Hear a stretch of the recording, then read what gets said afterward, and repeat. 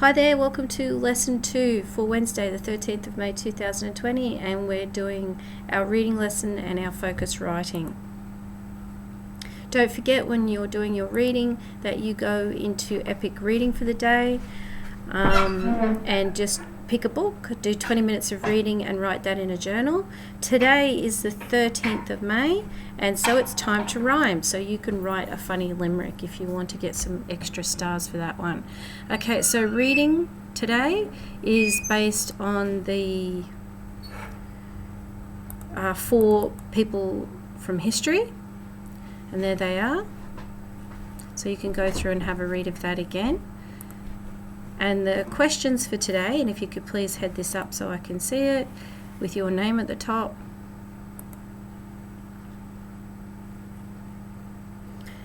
Is a comprehension. So we've got literal, which means what exactly the text says.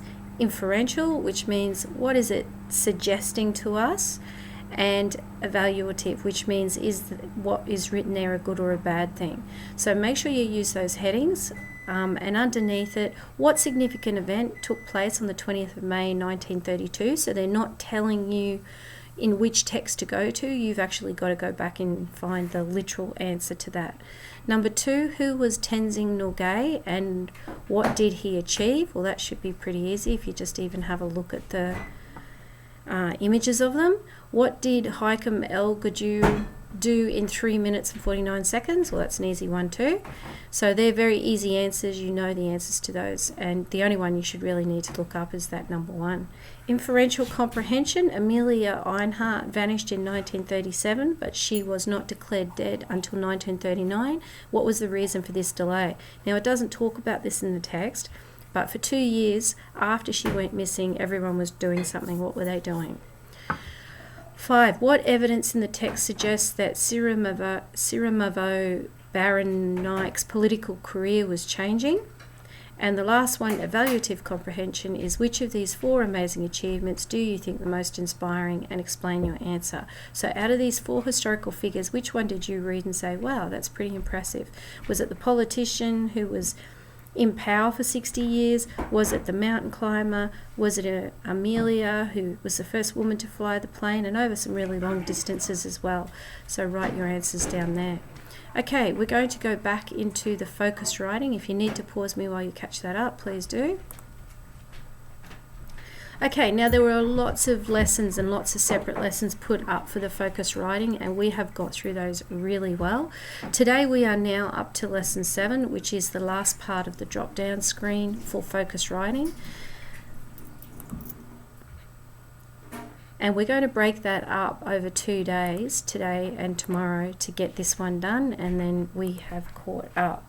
So today's lesson is about comparing language features in news reports. So the language features that we've been looking at over this entire time are things like tone, formal language, that big long list that we started off with. Still on shark fins behind the news. And here we have a lady. In previous lesson you have read and viewed examples of online radio and television news reports. You've also examined the structure of written and spoken news reports. Today you'll compare the language features used in news reports. So you're going to refer back to that sheet 3, the truth about sharks, and sheet 4, shark fins behind the news.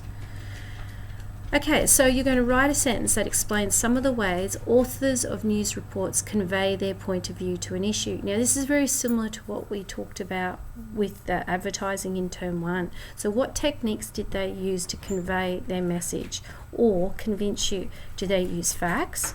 Do they use opinions? That long list of things that we went over. How do they get their point across? Do they use experts' opinions? And then the next one is match the following language features. So here are the names of those language features that we know: noun groups, adverb groups, modality, independent clauses, verbs and verb groups. And you're matching them up to the one. They've already done modality for you. Just write them in the box that you think it is.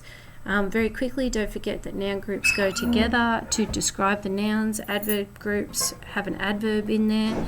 Modality they've already done. Verb and verb groups and independent clauses are part of a sentence that do not stand alone. That's the main clause that does. Then it goes on to say, compare language features of written and spoken news reports. You have now reviewed the language features used in written and spoken news reports that influence an audience to believe a particular point of view on an issue. Let's compare how these features are used in spoken and written news reports before you start to identify them in a text. So when constructing noun groups in news reports, authors make choices to use evaluative language to express a variety of meanings and opinions on an issue. The table below shows 3 examples of noun groups in the spoken news report, shark fins. Record 3 examples of noun groups in the written news report, the truth about sharks. So this side comes out of the behind the scenes news article, and they've got noun groups there that describe the noun. So graceful dragons of the deep, that's how they've described the sharks. Man-eating killers are one of the most important predators. So out of the truth about the sheet 3, you're going to go through and find how they've described sharks in that and write 3 examples.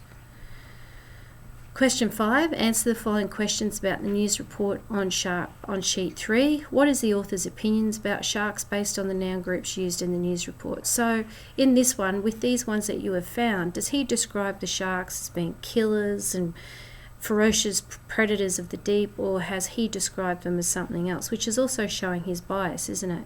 So with what you've written down here, explain if you think what way he's trying to show that sharks are. How has the use of a noun group influenced the audience to view sharks in this news report? So these same noun groups, you've talked about how the author's opinion is as he's described them by his choice of those nouns, and now you're saying you think the audience's opinion is going to be of those. And that will take us up to page 5, and we'll continue on 5 to 8 tomorrow, and we'll get that done. Okay, that's it.